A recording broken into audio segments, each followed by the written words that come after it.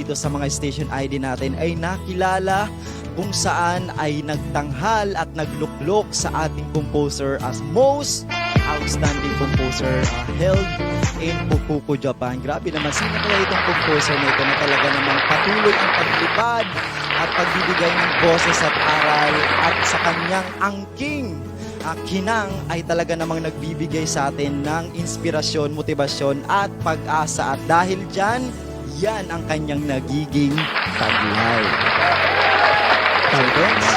Yes, maraming salamat Sir Liam Pangilinan. Ayan, pag pinagdugtong-dugtong natin ang mga awitin ng Labore Music Records talaga ay magandang kwento ang hatid sa ating mga puso na talaga namang yan ang dahilan kung bakit tayo pinagkakatiwalaan ng ating mga viewers mula Lunes hanggang Linggo. Kaya naman Sir Liam, ipapakilala natin muli isa-isa ang ating mga biggest stars na talaga namang nagbigay ng magagandang awitin kani-kanina lamang. Isa na rito ang kauna-unahang grand winner sa Battle of the Recording Artists, ang nag-iisang Kirk Galindez. Magandang umaga.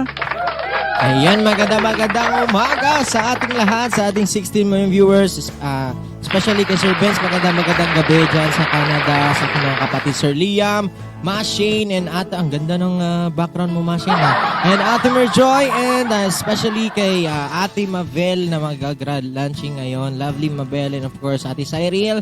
Good morning everybody, and welcome po dito ulit sa programa namin na Lovely the Grand Launching. Thank you so much, Sir Benz.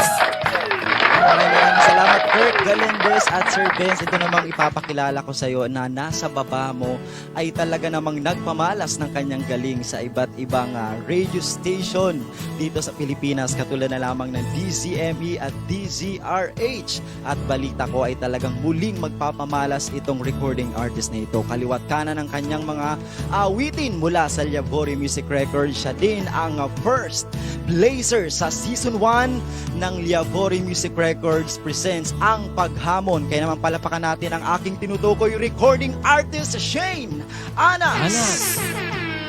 Yes, maraming salamat po. Good evening, Sir Benz. Good morning, Sir Liam, Bunso Kirk, Sis